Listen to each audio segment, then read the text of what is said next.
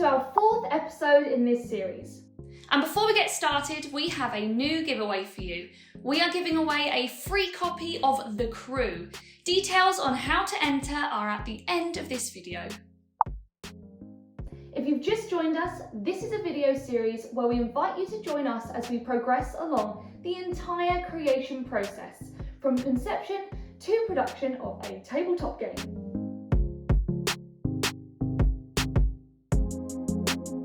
The game we are developing is a small, card-based game designed to fit in the universe of our upcoming big box release, Solar 175. It will be themed around the Gonza Index. This episode will take you through the first stages of game design and development and discuss the single most important part of game design, playtesting. So, with our theme established, we started to design the Gonza Index by discussing the way this could be done and playtesting these ideas in our head, exploring which mechanics fit the theme best and seem the most fun. Then we very quickly started to prototype and playtest. Playtesting is crucially important because while ideas are great, they need to be stress tested in the real world before we know for sure if they are any good, and playtesting is the best method to do this. First, you create a simple prototype as fast as possible, then play it with long-suffering spouses, family members and friends, or really anyone who is willing. These playtesting sessions are how a game develops from an idea to a fully formed reality. They are how the rough edges are sanded off and how the game underneath slowly starts to reveal itself. For our first prototype, some elements stood out immediately. It was a stock market game, and the dystopian world of Solar 175 is full of corporations. So these would obviously be those you are able to place stocks on. It would be these corporations that would link between the two games. It was also going to be a game where an economy is simulated, and so the winner should probably be the player with the most credits at the end. And credits are the preferred currency in the Solar 175 universe. There would also be cards representing each of the corporations, and the value of stocks in them would shift and change over time, and players themselves should also have a hand in these market machinations. These initial basic ideas have mostly all remained through the punishing playtesting process, but as you will see, little else has. The first design idea we worked on was to create a card drafting game. Card drafting is a fantastic mechanic and is best explained with an example. In the game Inish, players take a hand of action cards at the start of each round, with the final remaining action card placed face down, unseen by all players. They keep one, then pass the rest to their left, repeating the process until all cards have been chosen. Players then play the game by playing these cards in turn order to perform actions in the game. Now, card drafting is a great mechanic for several reasons, but one that stands out is this. You are continuously confronted with the interesting decision of which card to keep and which to pass on. This is then made doubly interesting as the cards you don't keep are given to your opponents. And so it forces you to consider the game from their perspective also. Do you take the card you really want, or deprive your neighbour of the one that will help them?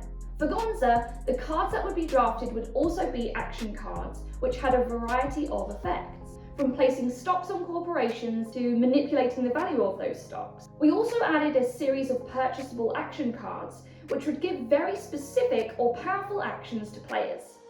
These were purchasable through a bidding system, also controlled by the drafted cards. We really liked the communal corporations with their shifting values. It added a good amount of positive player interaction, and the fact that all stocks were open to all players gave the game a great balance, with nearly all games ending very close in terms of final points. However, as a whole, this version unfortunately didn't work, and was a great demonstration of the importance of multiple playtests. We tested, tweaked and refined the game through around a dozen different formulations, but whilst the bidding and stock manipulation worked well, the game was not all that fun. Weirdly, the first few playtests were, but once you learned all the drafting cards, the game essentially had perfect information, and this felt a little dry and unthematic. Stocks in a dystopian universe should have an element of surprise and volatility, and the drafting mechanic didn't allow for these. And we want the game to be more replayable than this. So we started again with a new central mechanic, deck building. Our second game, Philosophy of Floating World, is a deck building game, and so we have some experience in the genre. In fact, we have a whole video on the mechanic you can check out here. Deck building is a great option for games, as it gives players many positive gaming experiences very easily. You have interesting decisions in how to build your deck, which cards to buy and which to discard. You get regular dopamine hits from purchasing new cards, and as your deck develops, you get a satisfying sense of development as you become more and more powerful. Quintin Smith of Shut Up and Sit Down described deck building as the Italian food of game mechanics, meaning nearly everybody seems to enjoy it. So we started to play with this new deck building version of the game, inspired by classic deck builders such as Star Realms, Ascension and Clank. Players would start with a base deck of cards, which allowed them to gain credits and invest in basic stocks. Each turn, they would draw cards from their deck and perform actions based on those cards. Throughout the game, they would be buying new cards to add to their deck, and these cards would in turn give them more powers and abilities. We also added a new event mechanic, where event cards would dictate world events that would affect the stocks of different types of companies. For example, a banking crisis would negatively affect the stocks of financial corporations, or finding new resources on a near-Earth asteroid would benefit mining corporations, and so on. This event edition worked really well, adding a much more thematic feel to the game, and the deck building was less predictable than the card drafting had been. But it still unfortunately felt like something was missing. It was better than the card drafting game, but still not fun enough. Players' turns were slow, as they would draw 5 cards and enact all of them. Added to this, the number of cards we needed to do this game justice was becoming a bit too large for the size of game we were aiming to create. So we went back to the drawing board, and luckily the third stage of evolution for our creation has been much more promising. Our latest edition of Gonza features a dice chucking mechanic, which has worked really well with the uncertainty of playing a stock market and has streamlined the game in a satisfying way. We kept the bidding mechanic from the first prototype and the event cards from the second, but now players would start their turns rolling and re-rolling 5 action dice, and then use the outcomes of those rolls to interact with the game.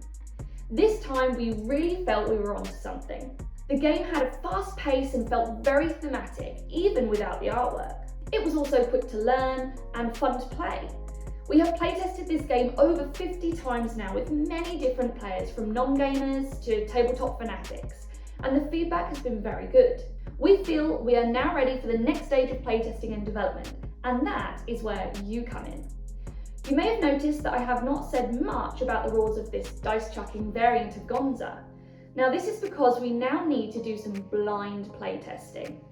Blind playtesting is a crucial element of the game design process. So what are they? Well, it is all well and good testing a game when you are there to teach it, but the game also needs to stand up all by itself. The final product will have to rely solely on the rules, and so players need to be able to play the game without the designer holding their hand. Blind playtesting, therefore, is where players take a prototype and the rules, play it, and then feed back to the designer. If you need to see an example of why this is important, I think this comic does the job well. If you're aiming to get a game published, then many publishers will specifically ask you about the blind playtesting you've done before they even accept a game design submission. So for our blind playtesting, we're hoping you'll be interested in helping out. Below in the description of this video, we've copied a link to a text document of the rules and 2 different ways to play Gonza yourself at home: a print and play and a digital edition on Tabletop Simulator. Now, please be aware, these are early prototypes, so the art is missing or merely a placeholder. If you're interested, please have a go at the game yourself and let us know what you think. It's only a short and fairly simple game, so it shouldn't take too long, and if you complete the feedback form, which is also linked below, with useful feedback, we'll even mention you in the credits for the game in the final official rulebook. Finally, please also don't forget to share your thoughts in the comments so others can see and we can get the conversations flowing. So there you go. Watching this video got you a free game and a chance for rulebook immortality. I'm really looking forward to hearing your thoughts on this latest creation.